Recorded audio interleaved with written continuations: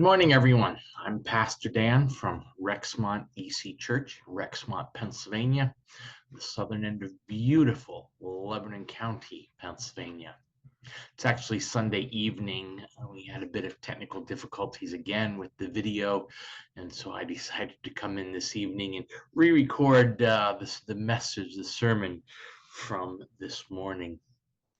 They actually say in life, there are only two things that are guaranteed: death and taxes.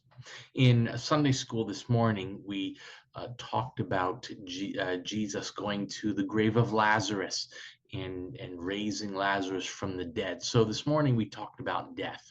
So I decided we should probably talk about taxes.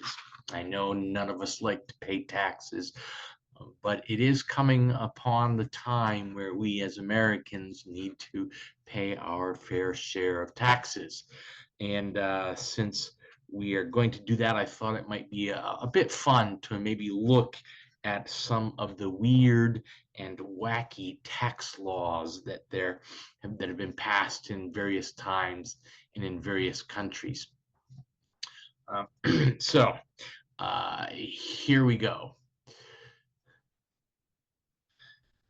There is a reason why Alabama is not particularly known as a casino state. It turns out that in Alabama, it's the only state in the union that imposes a 10-cent per pack tax on playing cards. So if you buy a pack of playing cards in Alabama, you pay an extra 10 cents than anywhere else in the country. I'm pretty sure Nevada just gives people playing packs of playing cards as they get off the airplane there. But in Alabama, extra 10 cents per pack. That seems strange. I don't know why they would do that, why they would choose playing cards when there's so many other things they could tax if they really wanted to. Here's a nice one in Canada, and this is actually not a tax, but a tax exemption. In Canada, makers of children's breakfast cereal are granted a tax exemption status if their cereal contains a free toy. The problem is that people started to take advantage of that. And so they had to go through and make sure they were very specific about what constituted a free toy. And so this exception to this tax is limited to toys that are not beer, liquor, or wine. Now, I'll be honest with you, I am not sure what kind of children's breakfast cereal would include beer, liquor, or wine, but might be fun to find out. I don't know. Here's one I really like because I taught junior high for almost 25 years, and they would really like this particular tax. One of the key producers of methane is cow flatulence. Let's say it that way. It happens to be a leading cause of global warming. Cows have slow digestive system mixed with gas producing diet of greens, and it causes excessive methane built up. And this issue is, of course, compounded by slaughterhouses, which store thousands of cows in one location, creating around those areas large clouds of methane. And so Ireland and Denmark, along with other EU nations, have begun taxing cattle owners to prevent cows from, oh, I'm just going to say it, we're all in church, it's fine, cow farts. I told you junior hires would love this particular one. This byproduct of livestock like cows are actually, according to the United Nations, responsible for approximately 18% of the greenhouse gases that are causing global warming.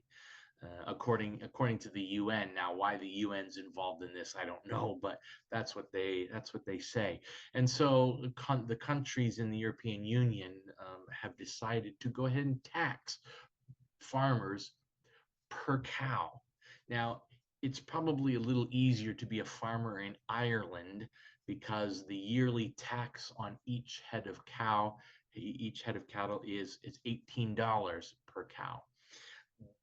Denmark is a little bit more. Danish farmers pay $110 per cow to help combat cow flatulence.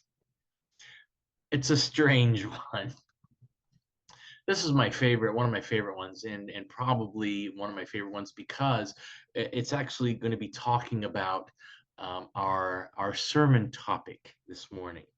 And although it sounds crazy, back in 1695, England instituted something called the window tax.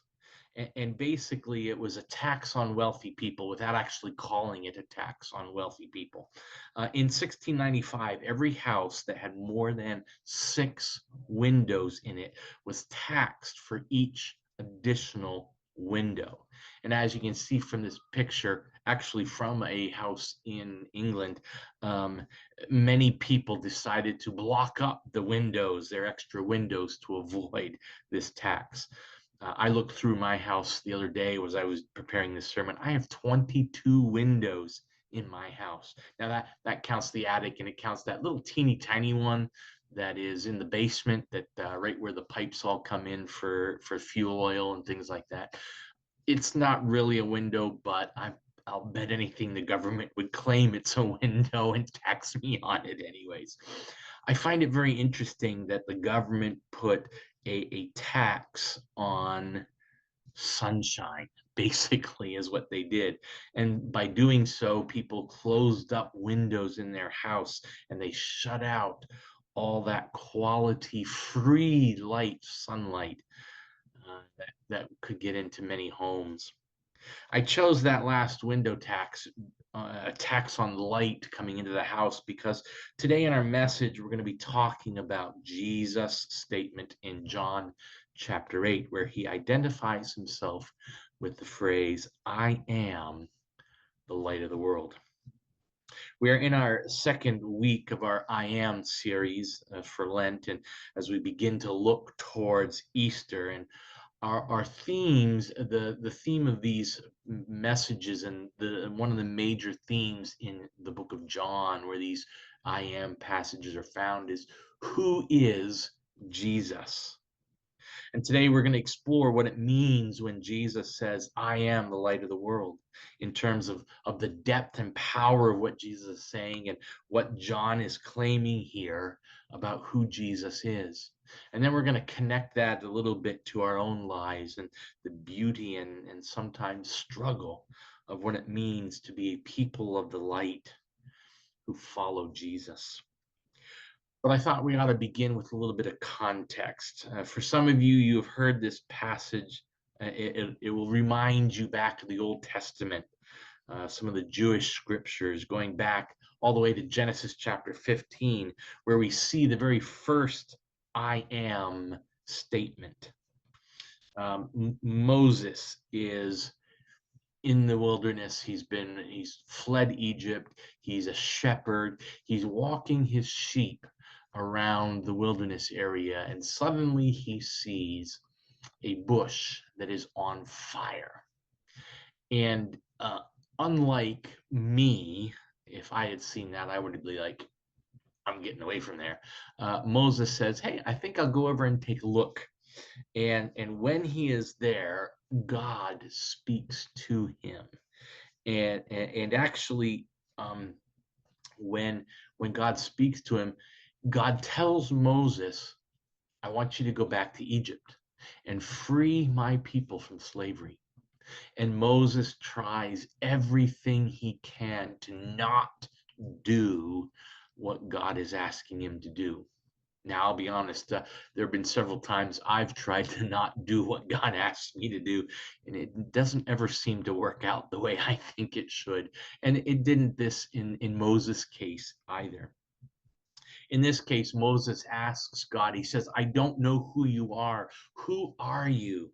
And God says, I am. In fact, this statement, I am, that is basically God's name, is mentioned over 300 times in the Bible.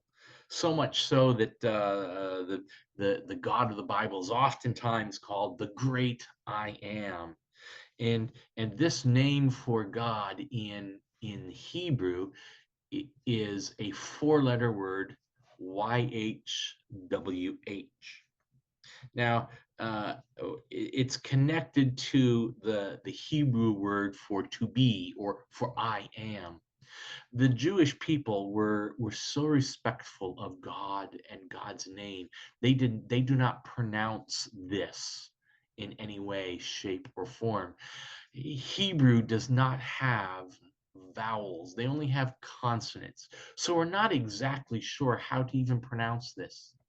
But because we as Christians and biblical scholars, New Testament biblical scholars, and uh, we want to know things, we have decided to say this word as Yahweh.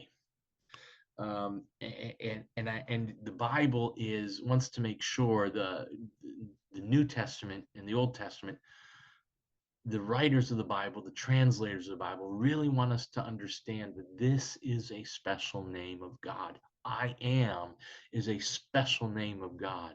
And so in the NIV version of the Bible, as you are reading through the Old Testament and you come upon this word, Yahweh, the NIV translators have chosen to translate this word as Lord, but to distinguish it from other words that also mean Lord, the Lord of a kingdom, or Lord and slave.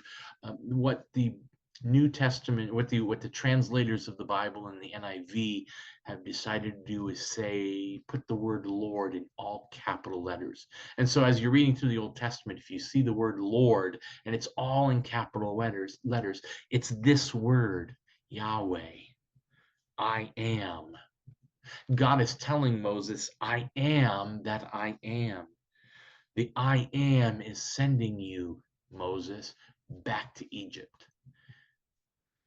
To appreciate the words of Jesus in chapter 8, we got to understand a little bit of the context. Chapter 7 and chapter 8 are very much linked together in John's gospel. They are taking place at about the same time. In chapter 7, the Jewish people are celebrating one of their week-long festivals called the Feast of Tabernacles. And it's one of the most jubilant feasts in the Jewish calendar. It's filled with celebration and remembrance and honoring God for his provision and his protection for the people of Israel during their 40 years of wandering in the wilderness. For 7 days of the feast, people live in these temporary tent-like structures. You can see them building one here. Um, as kind of a reminder, kind of like they did in that wilderness during the time of Moses. Um, during that wilderness wandering, God himself lived in a tent. It was called the tabernacle. And the Feast of Tabernacles also celebrates the fact that God was with them. That word tabernacle literally means dwelling. And so even today we can say that God's presence tabernacles with us. It dwells with us. The Feast of Tabernacles takes place during the early fall in the harvest season. Harvest was another cause for celebration, honoring the Lord's provisions through the crops that were grown. Uh, this particular episode in John chapter 7, however, is difficult, because although it's a celebratory time for the people, it was a particularly challenging time for Jesus, because it was during this particular festival when Jesus is in Jerusalem, worshiping and celebrating, and it's when opposition began to grow and intensify towards him and his ministry. The Jewish leaders start to question what Jesus is trying to do, and who he is, and they're trying to figure out how they fit into Jesus' message. During these two chapters, Jesus spends a lot of time looking at living water and then light. Living water, particularly in chapter 7. These celebrations involved ritual baptism and things like that, and then light in chapter 8. The gospel writer John is inviting us as the Christian community into making a deep connection between Jesus and the biblical texts that have preceded Jesus in the Old Testament, where the Jewish people would know God as I am. And in doing so, John is arguing that Jesus is God. The I am has sent you. The I am is now Jesus. This connection would not have been lost on his hearers, this repeated theme of Jesus as the I am throughout this gospel. Historically, the Jewish people have been people who said, "The Lord your God, the Lord is one." And now Jesus comes along and says, "And I am God." A major feature of the Feast of Tabernacles was the lighting of the giant lampstands, the menorahs, usually outside in the women's court of the temple. Although they had these menorahs set up all over, everywhere people were celebrating, each booth or tent where people were living would have their own menorah. Um, the one in the tabernacle in the courtyard of the temple, with the wicks of this massive menorah, were actually made from the priests' worn out garments. They used them to produce the wicks. This light illuminated the temple area and the people that gathered to sing and praise and dance. The light symbolized how God was with them in their wanderings in the wilderness.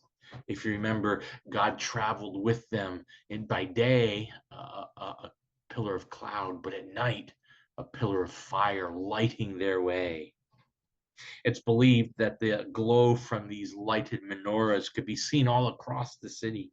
For many, it would bring a remembrance of scripture to their minds. Psalm 27:1, "The Lord is my light and my salvation." Perhaps Psalm 119, verse 105, "Your word is a light to my feet and a light to, and a lamp to my feet and a light to my path." It likely reminded them of these words in Isaiah chapter 60, verse 1, "Arise, shine, for your light has come, and the glory of the Lord has risen upon you." Each evening of the 7 nights of the Feast of Tabernacles, the priests would light these giant menorahs, penetrating the darkness with light. And on the last evening, at the end of the celebration, they would blow out the candles. The light would be extinguished, and the darkness would return. And that's what's happening here at the end of chapter 7 in John's Gospel. The festival is concluded, and the lights have been extinguished. It's believed that it was in this setting then that Jesus begins John chapter 8 with the second of the I am statements. John chapter 8, verse 12. When Jesus spoke again to the people, he said, "I am the light of the world. Whoever follows me will never walk in darkness, but have the light of life." So John's gospel takes the story of the people of God and connects it to the story of Jesus, claiming that he is the I am. When that you use that name of God, I am, it's telling us an important thing about who Jesus is. And it's meant to be both in our lives and in the world and in the church. I am the light of the world. This idea of light is an important symbol throughout Scripture, arguing that where there is light, there is the presence of God. For light shows us that God leads, God is with God's people, and we are not alone. This past week, I had the opportunity of substitute teaching in a fourth grade classroom. A lot of fun, great kids. We had so much fun, and the kids in their language arts class are working on a poetry unit. And so we read two poems during class and discussed them a little bit, and then the kids had to write their own poem. Kind of in the same vein, and the theme of the poetry unit that we were looking at was success. How can I be a success in what I'm doing? What are some things that I have done that I've been successful, and how does that make me feel? And how do I work on being successful? John's gospel here, although it's not a poem, also has a number of different themes in it. Not the theme of success, but one of the themes that's seen over and over and over in John's gospel is the theme of light versus darkness. Let me give you just a handful of examples of John using both light and darkness in the book. At the very beginning, John chapter 1, starting in verse 4, in him was life, and life was the light of all people. The light shines in the darkness, and the darkness did not overcome it. John came as a witness to testify to the light, so that all might believe in him. John himself was not the light, but he came to testify to the light. The true light, which enlightens everyone, was coming into the world. John 3:2 tells a very interesting story about a Pharisee named Nicodemus who had heard Jesus, wanted to learn more about him. And Nicodemus, it says in John chapter 3, verse 2, Nicodemus came to Jesus by night. And then Jesus explained to him how to become, how to walk in the light. John chapter 3, verses 19 and 20 through 21. And this is the judgment, that the light has come into the world, and people love darkness rather than light, because their deeds are evil. For all who do evil hate the light and do not come to the light, so that their deeds may not be exposed. But those who do what is true come to the light, so that it may be clearly seen that their deeds have been done for God. The difference between light and darkness. John chapter 5, verse 35. He was a burning and shining lamp, and you were willing to rejoice for a while in his light.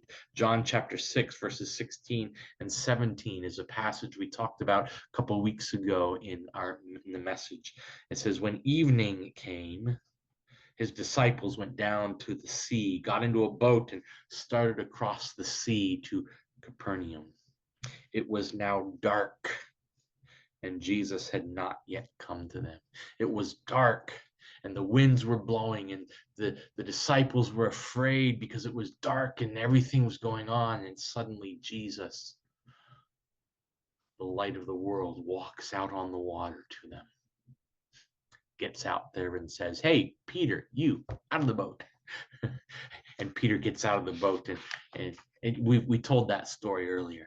John chapter 8, verse 12, again, Jesus spoke to them saying, I am the light of the world. Whoever follows me will never walk in darkness, but have the light of life. That's our passage from today. John 9, 4 and 5, we must work the works of him who sent me while it is day. Night is coming when no one can work. As long as I am in the world, I am the light of the world. He repeats that, I am the light of the world.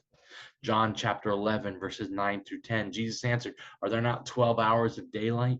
Those who walk during the day do not stumble because they see the light of this world, but those who walk at night stumble because the light is not in them. He's not talking about day and night. He's talking about light and darkness, spiritual light, spiritual darkness. John 12, verse 46, I have come as light into the world so that everyone who believes in me should not remain in darkness. John 13 is a very powerful passage. It's the night that of the Last Supper, the night before Jesus' crucifixion, and all the disciples are gathered around the temple. Gathered around the table. They're gathered around the table, and they're all eating, and they're talking, and Jesus says, "One of you is going to betray me." And all the disciples are like, "No, it's not me. Who is it? It's not me. I can't, no, we don't know. It's not us." And Jesus says, "The one to whom I give this bread was the one that's going to betray me."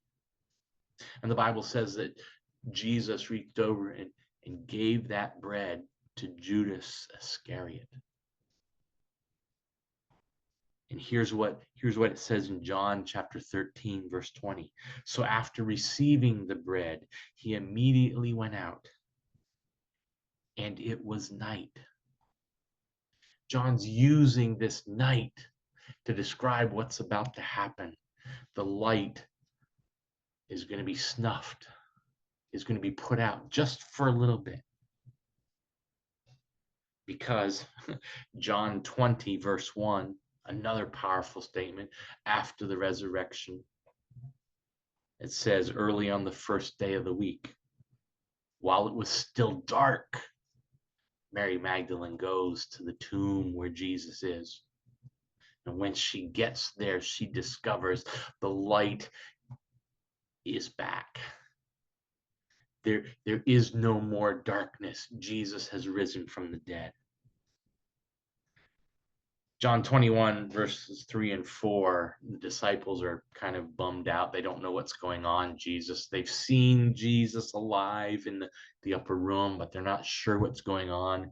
And so they do what any good person does. They say, "Hey, I've got an idea. Let's go fishing." And so the disciples jump in the boat and they go out. And John 21, verses 3 and 4 says, they went out, got into the boat, but that night they caught nothing.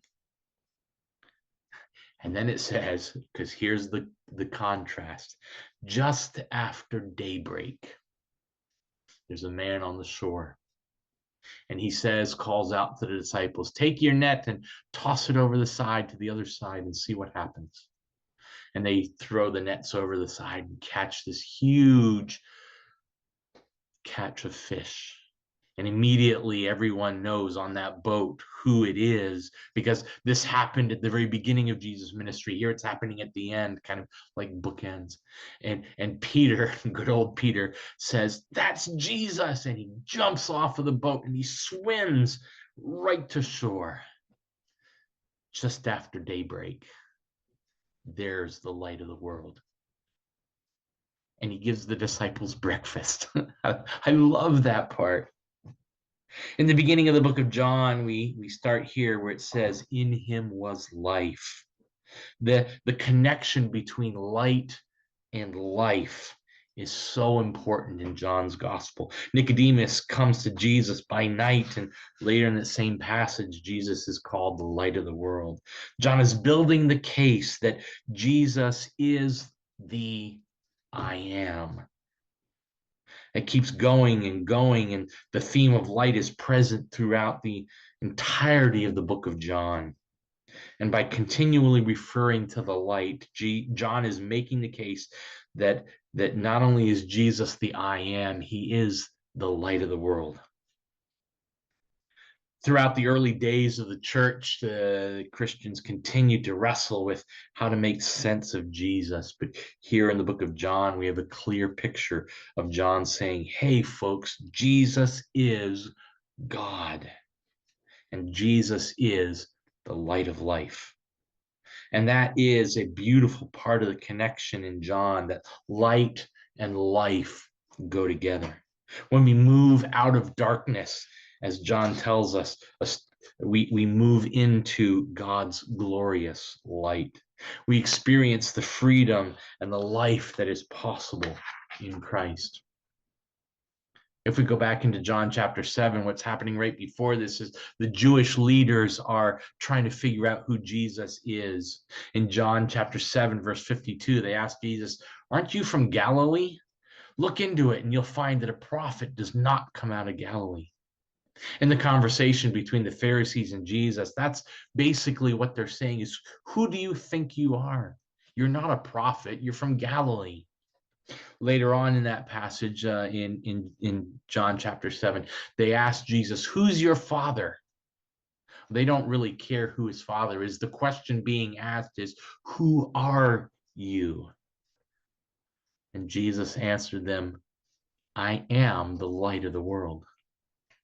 I don't think they like that very much, because these Pharisees were well versed in the scriptures. And by saying that and claiming to be both I am and the light, Jesus is claiming divinity.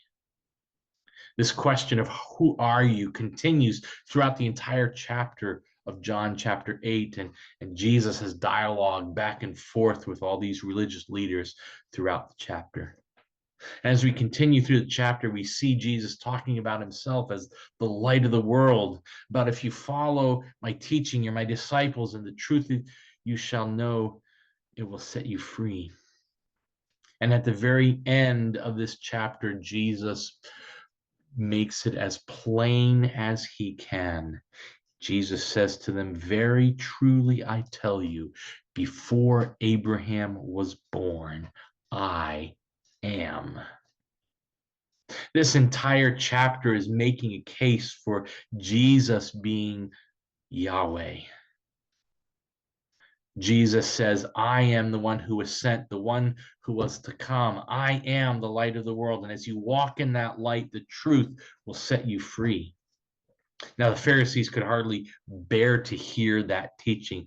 And I'll admit that often when I read this passage, I think to myself, come on, Pharisees, what's wrong with you? It's Jesus. You should get it. You should see the connection.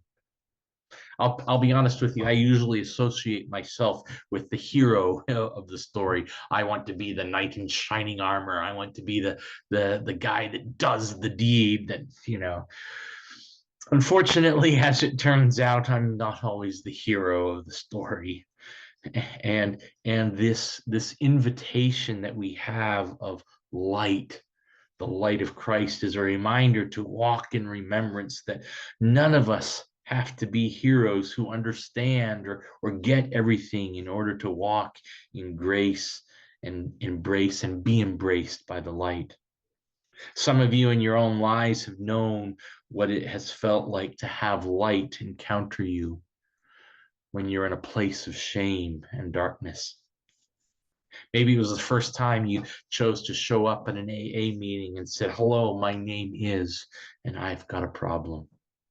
Maybe it was a retreat or an experience where you raised your hands and surrendered and said, I don't have to hide in shame anymore.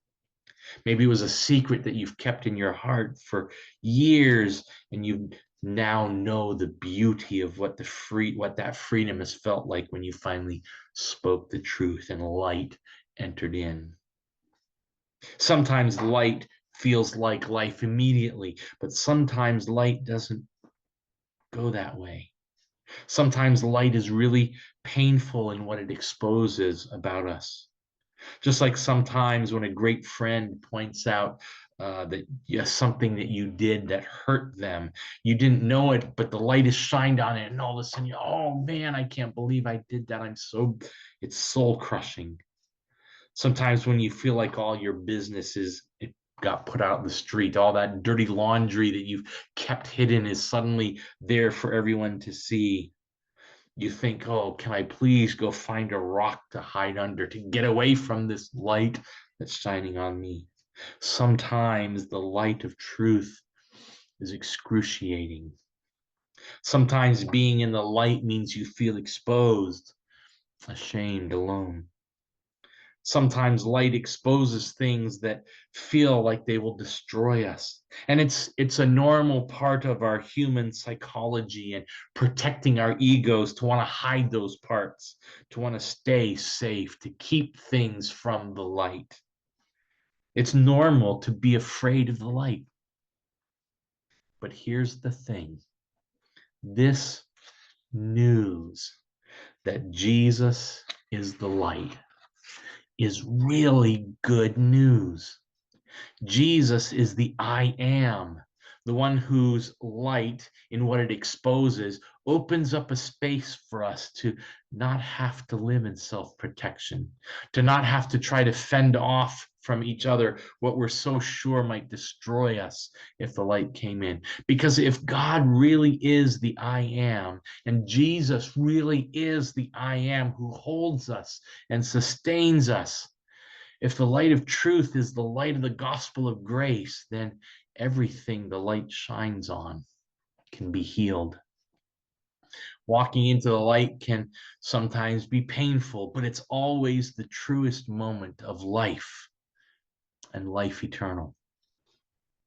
The exposure of the light is the way to true life, where we find ourselves held and sustained by the light of the great I am, whose light and life doesn't burn up the bush or destroy it, but calls us to take off our shoes and walk on holy ground. The great I am, the light of the world, holds us, and we don't have to be afraid. For wherever there is light, there is healing. There's acceptance for all of us who are in the light of Christ's grace and love. When Jesus says, I am the light of the world, he's calling us to be a people who are free, a people who are healed, a people whose wounds get bound up, a people who sometimes come with open arms and sometimes with fists clenched, but we come into the light to find healing. Walking into the light can be scary. And whether you come with those open hands dancing or you come with fists clenched, God, the God of all comfort, whose spirit is a spirit of truth and life and light, breathes on all of us, inviting us to be a person who can say, I want to be in the light. The other gospel that speaks about light is Matthew. You may remember the passage in Matthew chapter 5 where it says, you are the light of the world. A town built on a hill cannot be hidden. And that's the people we are invited and called to be, a people who, as the church, are a place where light dispels darkness, where the great I am holds and sustains us, and where the one who is the light of the world, through the healing work of God's Spirit, allows us to be people of the light. Let us walk in the light as he is in the light, and let us shine the light so that even sometimes when our lives feel dark, we remember we are not alone. For the light of the great I am will lead us and guide us and heal us now and always.